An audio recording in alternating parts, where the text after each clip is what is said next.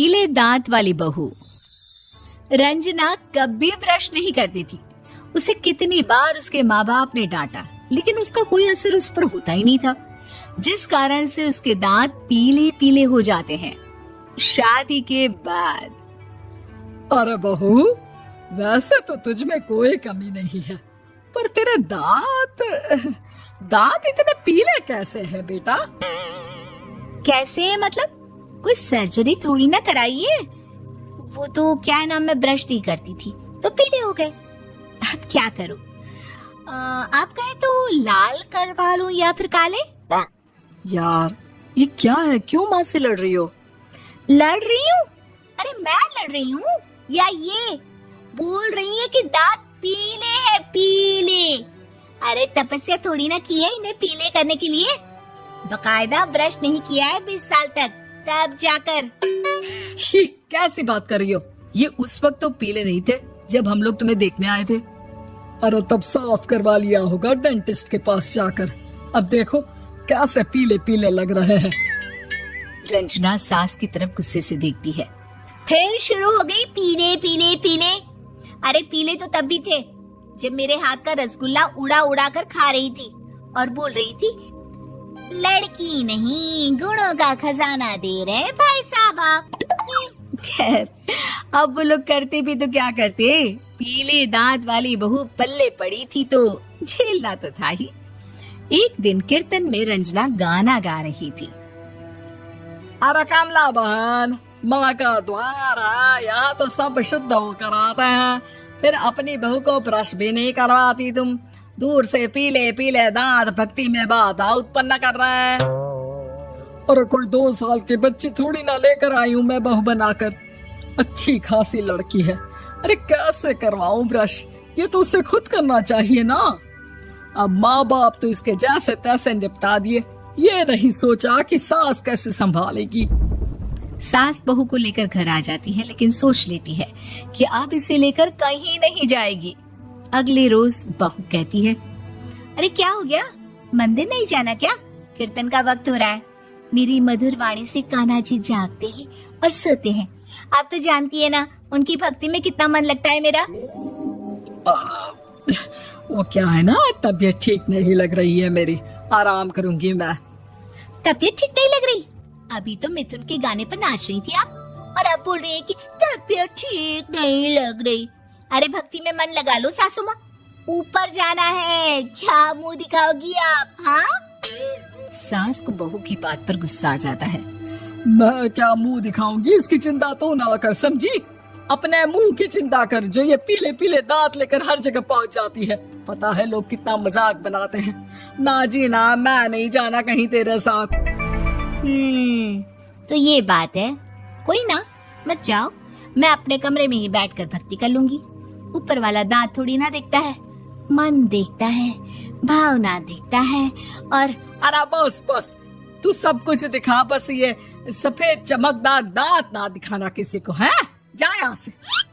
बहू को सास की बात का कोई फर्क नहीं पड़ता, वो तो जैसी थी वैसी ही रह जाती है।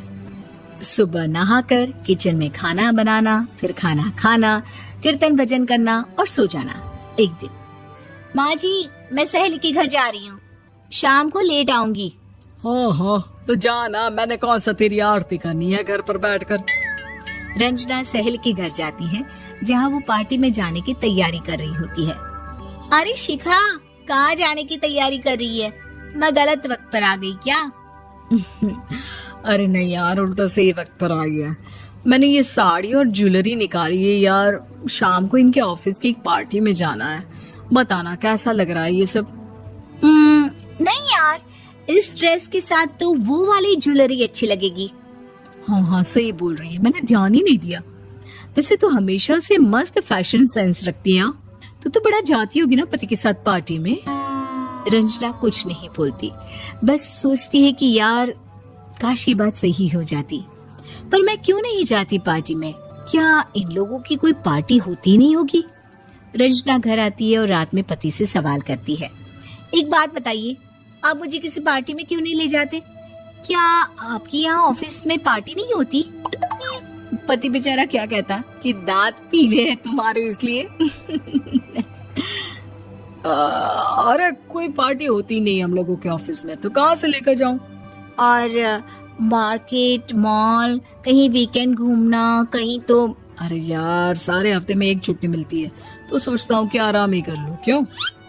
रंजना मन मार के रह जाती है। पहले कभी सास के साथ मंदिर जाया करती थी, लेकिन वो भी सास ने ले जाना बंद कर दिया। घर बैठी बैठी रंजना बोर हो जाती है। तभी उसे आइडिया आता है और वो मायके जाने का सोचती है। सासू माँ, 2 दिनों के लिए मम्मी के घर जा रही हूँ। अच्छा ठीक है, आराम से जा। और हाँ, माँ से कुछ अच्छी आदत सीख कर आना कि कैसे शरीर के हर भाग की तरह दांतों की सफाई भी जरूरी होती है, समझी? शुरू हो गई ना आप। वो लोग आपकी तरह नहीं है कि छोटी छोटी बात का बतंगड़ बना दे। उन लोगों के लिए मैं मायने रखती हूँ, ना कि मेरे पीले पीले दांत। रंजना माँ को बिना बताए उन लोगों को सरप्राइज देती है, लेकिन जैसे ही वो दरवाजे पर पहुंचती है, अंदर देखती है कि घर वाले कहीं जा रहे होते हैं। अब माँ, काश रंजना दीदी के दांतों वाली प्रॉब्लम नहीं होती, तो वो भी हम लोगों के साथ चलती ना बुआ जी की बेटी की शादी में। हाँ बेटा, लेकिन अब उसे कौन समझाए कि उसको उसके पीले दांत नहीं दिखते, लेकिन उसके आसपास के लोगों को कितना एम्बैरेसिंग फील कराते हैं। मुझे तो कितनी बार उसके स्कूल की टीचर ने शिकायत की कि उसके साथ कोई लड़की बैठना भी नहीं चाहती, और ना ही कॉलेज में कोई उससे बात करना चाहता था।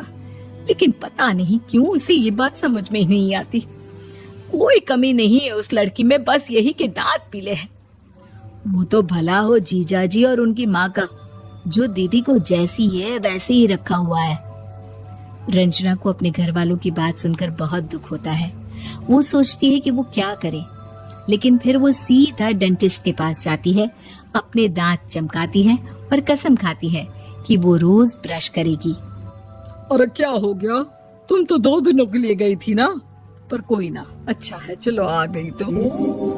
रंजना सास के सामने आकर खड़ी हो जाती है और पूरी स्माइल करती है, उसके चमकदार दांतों को दिखाती हुई।